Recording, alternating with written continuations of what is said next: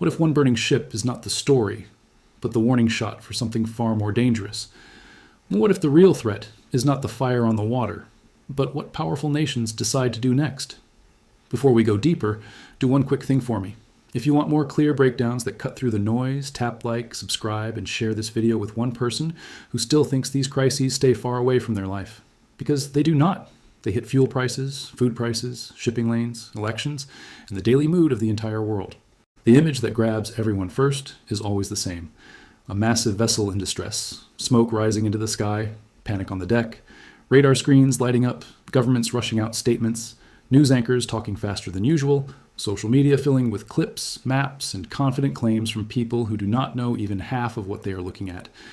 In moments like this, the explosion is dramatic, but the real story is never just the explosion. The real story is what that blast means, who benefits from the chaos, who feels forced to respond, and how one incident can unlock a chain of decisions that nobody can fully control once it begins.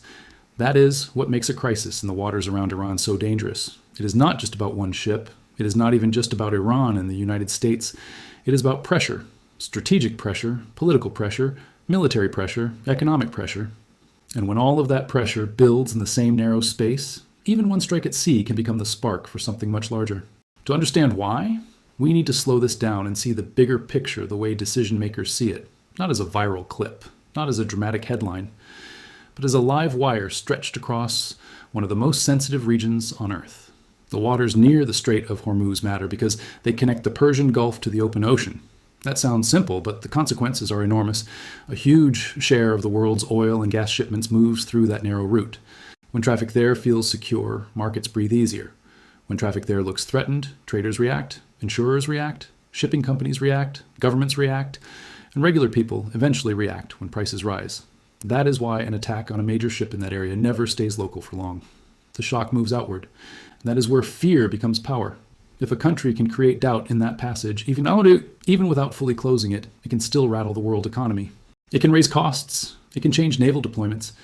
It can force stronger states to choose between restraint and retaliation. That is the trap. The attack itself may be limited. The response rarely is. Now imagine the scene from Washington's point of view.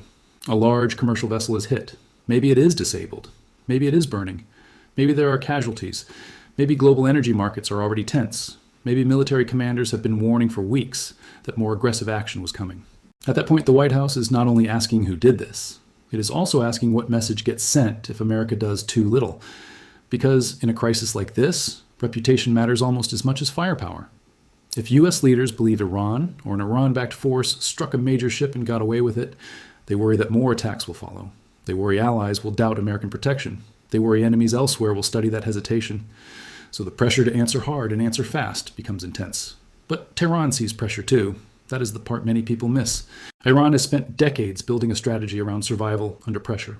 Sanctions, isolation, covert action, cyber attacks, regional rivalry, military threats, economic hardship. The system is used to feeling cornered, and regimes that believe they are cornered do not always step back when threatened. Sometimes they dig in. Sometimes they escalate in small, deniable ways. Sometimes they send a message without openly claiming responsibility.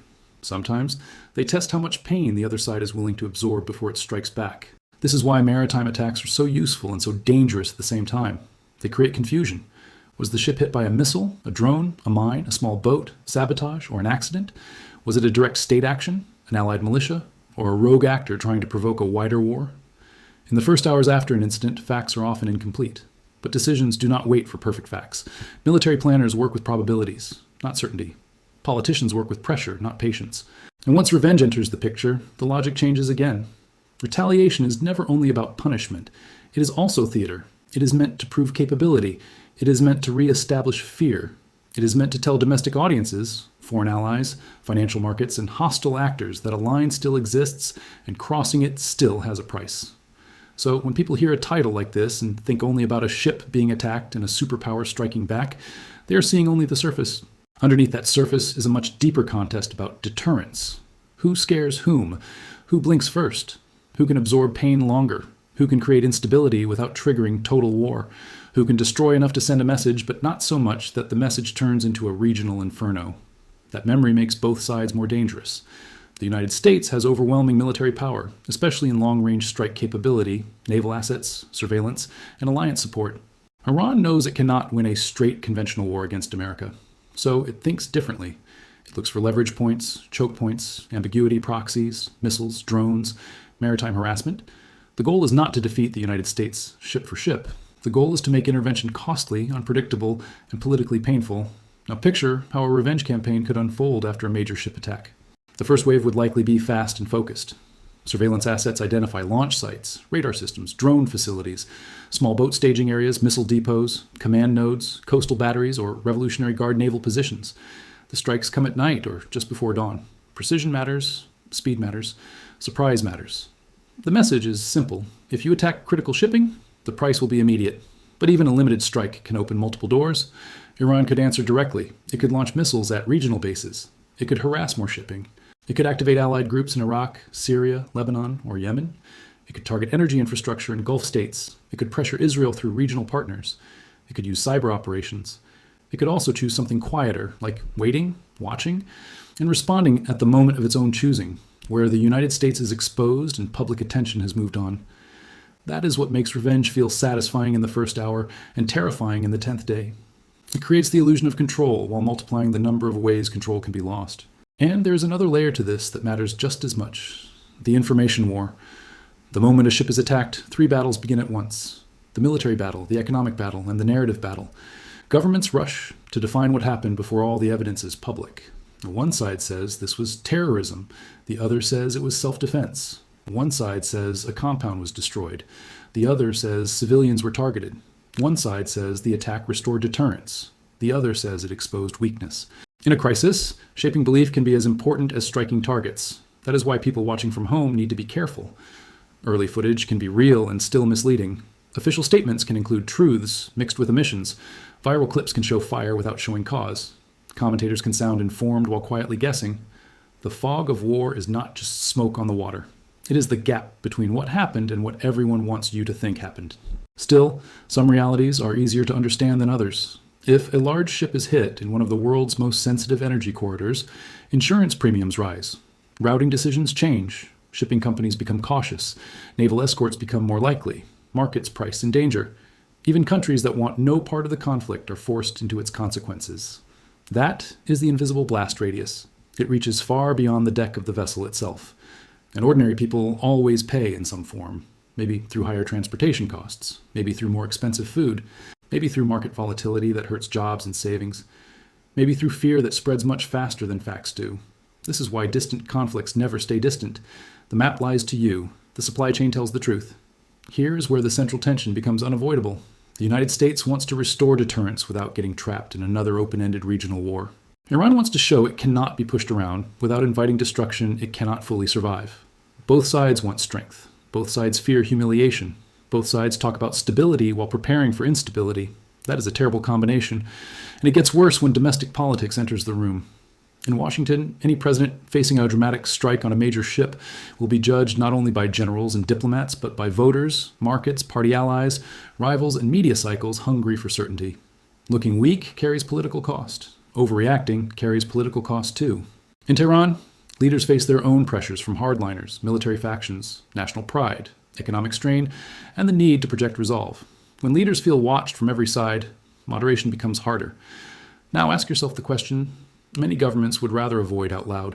What if the ship attack was meant not just to damage a vessel, but to force a reaction so large that the region enters a new phase of war? That possibility matters. Sometimes the point of a provocation is not the immediate damage.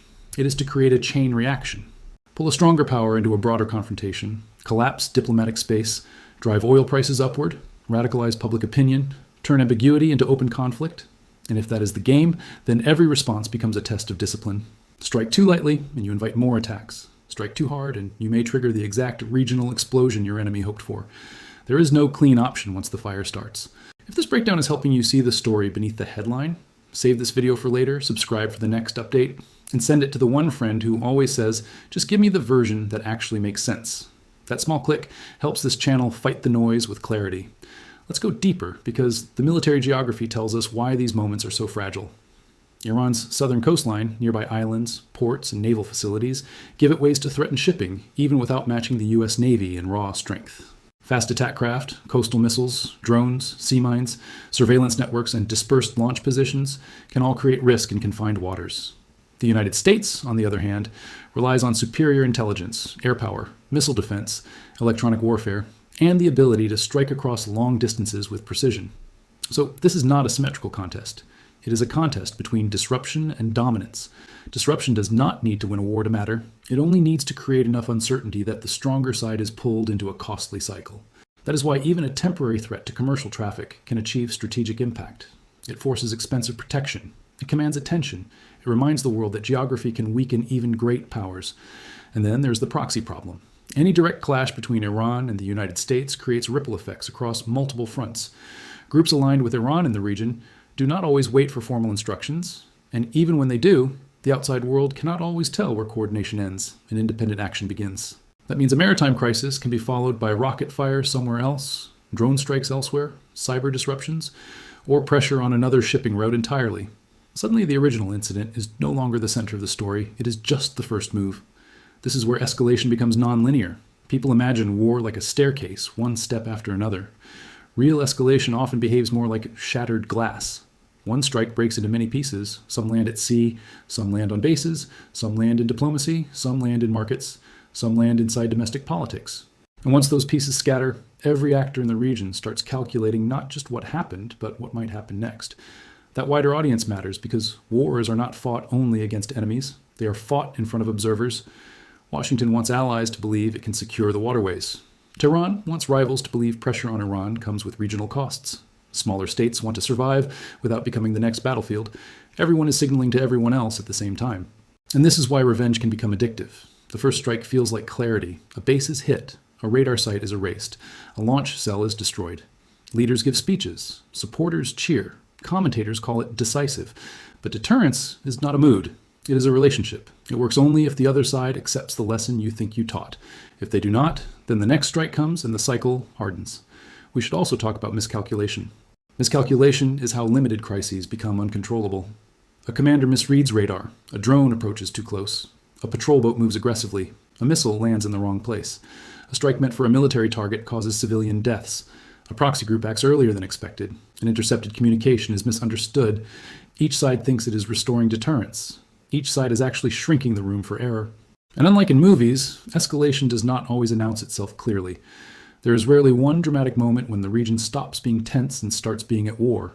More often, there's a series of incidents, each explained as temporary, each called necessary, each said to be limited, until people suddenly realize the limit is gone. That is why the phrase devastating revenge carries more weight than it first appears. If the United States chooses a punishing response, it may achieve its immediate military goals. It may destroy assets, it may restore some deterrence in the short run. But if the response expands target lists, widens geography, or produces a strong counter-reaction, the revenge may solve one problem while creating 3 more. And Tehran knows this. Iran's leaders do not need parity to stay dangerous. They need endurance, ambiguity, and enough tools to keep the stronger side off balance. Their strategy has long depended on surviving blows, shaping narratives, and imposing friction. In other words, they do not need to look stronger than America. They need to make America pay enough that every future move becomes politically heavier. This is where the human reality comes back into focus. Behind every map graphic are sailors, port workers, pilots, analysts, families, and civilians living under the shadow of decisions they did not make. A burning ship is not only a symbol, it is a workplace in chaos. A missile strike on a military facility does not happen in empty space. It happens near roads, homes, hospitals, infrastructure, and neighborhoods.